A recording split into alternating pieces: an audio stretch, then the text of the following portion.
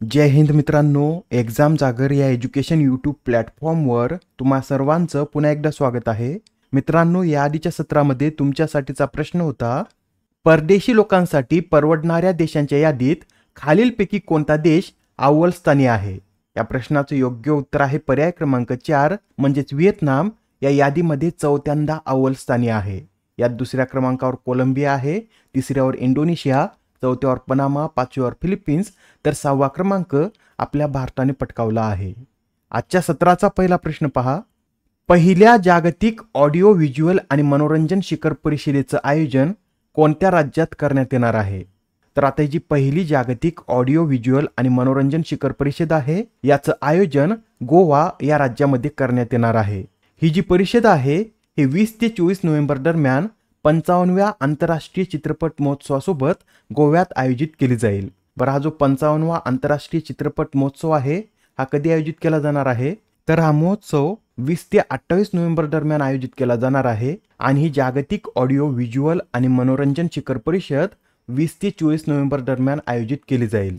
बरं, या 55व्या आंतरराष्ट्रीय चित्रपट महोत्सवाचं आयोजन कोणाद्वारे करण्यात येणार आहे? तर national film development corporation of India लिमिटेडद्वारे गोवा राज्य सरकार आणि भारतीय चित्रपट उद्योग यांच्या संयुक्त विद्यमाने या आंतरराष्ट्रीय चित्रपट महोत्सवाचं आयोजन केलं जाणार आहे. नेक्स्ट क्वेश्चन पहा. 2024 मधील विम्बल्डन पुरुष एकेरीचं विजेतेपद कोणी पटकावले? तर आता ही जी विम्बल्डन पुरुष एकेरी स्पर्धा आहे याचं विजेतेपद कार्लोस अल्कराज यांनी पटकावलेलं आहे. कार्लोस अल्कराज यांनी अंतिम सामन्यात नोवाक जोकोविच यांना हरून दुसऱ्यांदा विम्बल्डन स्पर्धेचं विजेतेपद पटकावलेलं आहे. याआधी 2023 मध्ये सुद्धा त्यांनीच या स्पर्धेचं विजेतेपद पटकावलं होतं व आता 7 वेळेच्या विम्बल्डन विजेत्या नोवाक जोकोविच यांना हरून पुन्हा एकदा त्यांनी या स्पर्धेचं विजेतेपद पटकावलेलं आहे. बरं, हे कार्लोस अल्कराज कोणत्या देशाचे खेळाडू आहेत असं जर विचारलं तर कार्लोस अल्कराज हे स्पेन या देशाचे खेळाडू आहेत आणि कार्लोस अल्कराज यांनी यापूर्वी 2022 मध्ये अमेरिका ओपन तर 2024 मधील फ्रेंच ओपन या स्पर्धेचं सुद्धा विजेतेपद पटकावलेलं आहे. त्यांचं हे त्यांच्या कारकिर्दीतील एकूण 4थे ग्रँड स्लॅम विजेतेपद आहे. बरं, विम्बल्डन पुरुष दुहेरीचं विजेतेपद कोणी पटकावलं? तर पुरुष दुहेरीचं विजेतेपद हेनरी पॅटन आणि हॅरी हेलिओरा या जोडीनं पटकावलेलं आहे. बरं, आता कमेंटमध्ये तुम्हाला हे सांगायचं आहे की विम्बल्डन महिला एकेरीचं विजेतेपद कोणी पटकावलं आहे. ठीक आहे, तर आता प्रश्न क्रमांक 3 पहा. नुकत्याच पार पडलेल्या युरो कप 2024 चे विजेतेपद कोणत्या देशाने पटकावले? तर हा जो युरो कप आहे याचं विजेतेपद स्पेन या देशानं पटकावलेलं आहे. स्पेन या देशाने अंतिम सामन्यात इंग्लंडला हरून चौथ्यांदा या स्पर्धेचं विजेतेपद पटकावलं आहे. याआधी स्पेनने 1964, 2008 आणि 2012 मध्ये सुद्धा युरो कपचं विजेतेपद पटकावलं होतं व आता तब्बल 12 वर्षाने स्पेनने पुन्हा एकदा युरो कपचं विजेतेपद पटकावलेलं आहे. यात स्पेनला पारितोषिक रक्कम म्हणून 256.84 कोटी देण्यात आले तर इंग्लंडला पारितोषिक रक्कम म्हणून 220.48 कोटी रुपये देण्यात आलेले आहेत. या स्पर्धेतील young player of the tournament या पुरस्काराने लॅमिन यामल यांना सन्मानित करण्यात आलं तर प्लेअर ऑफ द टुर्नामेंटने स्पेनच्याच रॉद्री यांना सन्मानित करण्यात आलेलं आहे. आपल्याला एक्झाममध्ये असं विचारलं जाऊ शकतं की 2024च्या युरो कपचं आयोजन कुठे करण्यात आलं होतं? तर 2024 मधील युरो कपचं आयोजन 15 जून ते 14 जुलै दरम्यान जर्मनीत करण्यात आलं होतं व ही या स्पर्धेची 17वी आवृत्ती होती. प्रश्न क्रमांक 4. कोणते शहर हे मांसाहारावर बंदी घालणारे जगातील पहिले शहर ठरलं आहे? या प्रश्नाचं योग्य उत्तर आहे पर्याय क्रमांक 2 म्हणजेच पालिताना हे शहर मांसाहारावर बंदी घालणारे जगातील पहिलं शहर ठरलेलं आहे.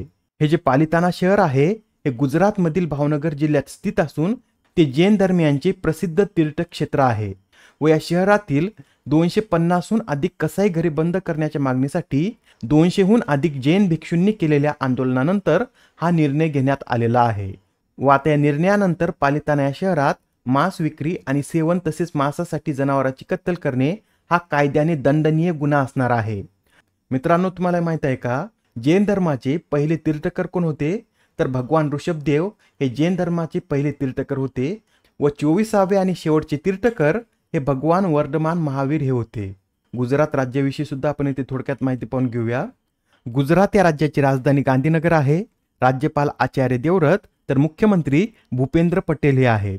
आणि मित्रांनो, भारतामध्ये गुजरात या राज्याला सर्वाधिक लांबीचा सागर किनारा लाभला असून गुजरात या राज्याला एकूण 1600 किलोमीटरचा सागरी किनारा लाभलेला आहे. गुजरातमध्ये एकूण किती नॅशनल पार्क आहेत? तर 4 नॅशनल पार्क असून त्यांची नावे सुद्धा लक्षात ठेवा. यात Gir national park, blackbuck national park, Vansda national park व मरीन नॅशनल पार्क हे गुजरात या राज्यामध्ये स्थित आहेत. प्रश्न क्रमांक 5. भारतीय हज समितीसाठी नोडल मंत्रालय म्हणून कोणतं मंत्रालय कार्य करणार आहे? मित्रांनो, अत्यंत महत्त्वाचा प्रश्न आहे. येणाऱ्या एक्झाममध्ये 100% आपल्याला यावर प्रश्न विचारण्यात येईल. तर लक्षात ठेवा, भारतीय हज समितीसाठी नोडल मंत्रालय म्हणून अल्पसंख्याक व्यवहार मंत्रालय कार्य करणार आहे. याआधी हज समितीसाठी परराष्ट्र मंत्रालय हे नोडल मंत्रालय म्हणून कार्य करत असे, पण आता हज कमिटी नियम 2024 नुसार यात बदल करण्यात आले असून आता अल्पसंख्याक व्यवहार मंत्रालय हे हज यात्रेचे व्यवस्थापन करण्याचं कार्य करेल. या हज समितीची स्थापना हज समिती कायदा 2002च्या तरतुदीनुसार करण्यात आली असून ही एक शाश्वत उत्तराधिकार असलेली कॉर्पोरेट संस्था आहे व सध्याचे अध्यक्ष कोण आहेत? तर AP अब्दुल्ला कुटी हे या हज समितीचे अध्यक्ष आहेत. आता हा प्रश्न पहा, यात काय विचारला आहे? तर भारतीय प्राणीशास्त्र सर्वेक्षणाच्या शास्त्रज्ञांनी शोधलेल्या डॉगफिश शार्कच्या नवीन प्रजातीचं नाव काय आहे? तर ही जी डॉगफिश शार्कची नवीन प्रजाती आहे याचं नाव स्क्वॅलस असं आहे. काय आहे? तर स्क्वॅलस असं या प्रजातीचं नाव असून ही प्रजाती केरळच्या किनारपट्टीवर सापडलेली आहे.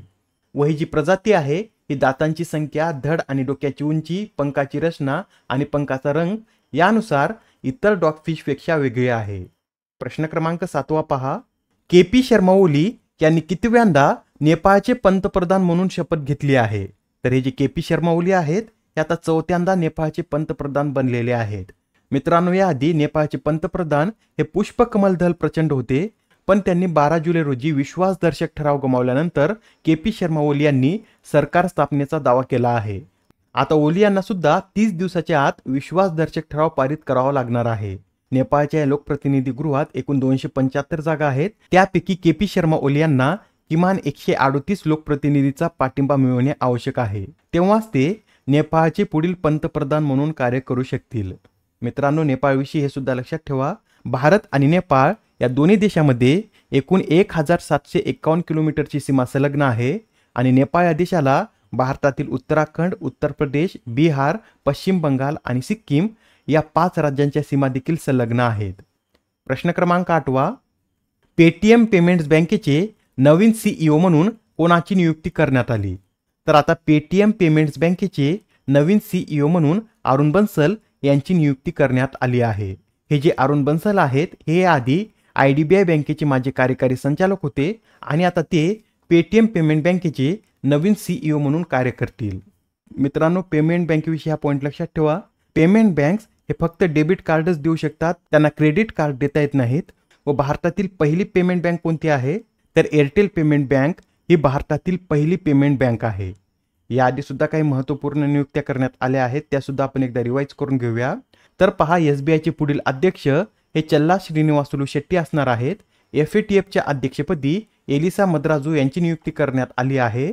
न्यूज ब्रॉडकास्टर्स अँड डिजिटल असोसिएशनच्या अध्यक्षपदी रजत शर्मा, राष्ट्रीय क्षयरोग निर्मूलन कार्यक्रमासाठी प्रमुख सल्लागार म्हणून डॉक्टर सौम्या स्वामीनाथन, भारतीय पुरुष क्रिकेट संघाच्या मुख्य प्रशिक्षकपदी गौतम गंभीर, केंद्रीय प्रत्यक्ष कर मंडळाचे नवीन अध्यक्ष म्हणून रवी अग्रवाल, LICचे CEO आणि व्यवस्थापकीय संचालक म्हणून सिद्धार्थ मोहंती, महाराष्ट्राच्या पहिल्या महिला मुख्य सचिव सुजाता सोनिक, तर भारतातील पहिल्या AI विद्यापीठाचे कुलगुरू म्हणून सायमन मॅक यांची नियुक्ती करण्यात आली आहे. आजच्या सत्रामधील शेवटचा प्रश्न पहा. BSF द्वारे कोणत्या बँकेच्या सहकार्याने श्रीनगरमध्ये ग्रो विथ द ट्रीज हे अभियान राबवण्यात येत आहे? तर BSF द्वारे SBI बँकेच्या सहकार्याने श्रीनगरमध्ये ग्रो विथ द ट्रीज हे अभियान राबवण्यात येत आहे. बरं, या अभियानाचा उद्देश काय आहे? तर परिसरातील हिरवळ वाढवणे आणि ग्लोबल वॉर्मिंगचे परिणाम कमी करणे हा या अभियानाचा उद्देश आहे. बरं, सध्या BSFचे महासंचालक कोण आहेत? तर नितीन अग्रवाल हे सध्या BSFचे महासंचालक आहेत. आजच्या सत्रामधील तुमच्यासाठीचा प्रश्न पहा. भारत सरकारने कोणत्या तारखेस संविधान हत्या दिन म्हणून साजरा करण्याची घोषणा केली? आता या प्रश्नाचं उत्तर कमेंटमध्ये देण्याचा प्रयत्न करा. उत्तर चुकलं तरी काय हरकत नाही, कारण ज्यावेळेस तुम्हाला या प्रश्नाचं योग्य उत्तर माहित होतं त्यावेळेस हा प्रश्न तुमच्या दीर्घकाळापर्यंत लक्षात राहतो. तर आता पुढच्या सत्रामध्ये पुन्हा भेटूया. धन्यवाद.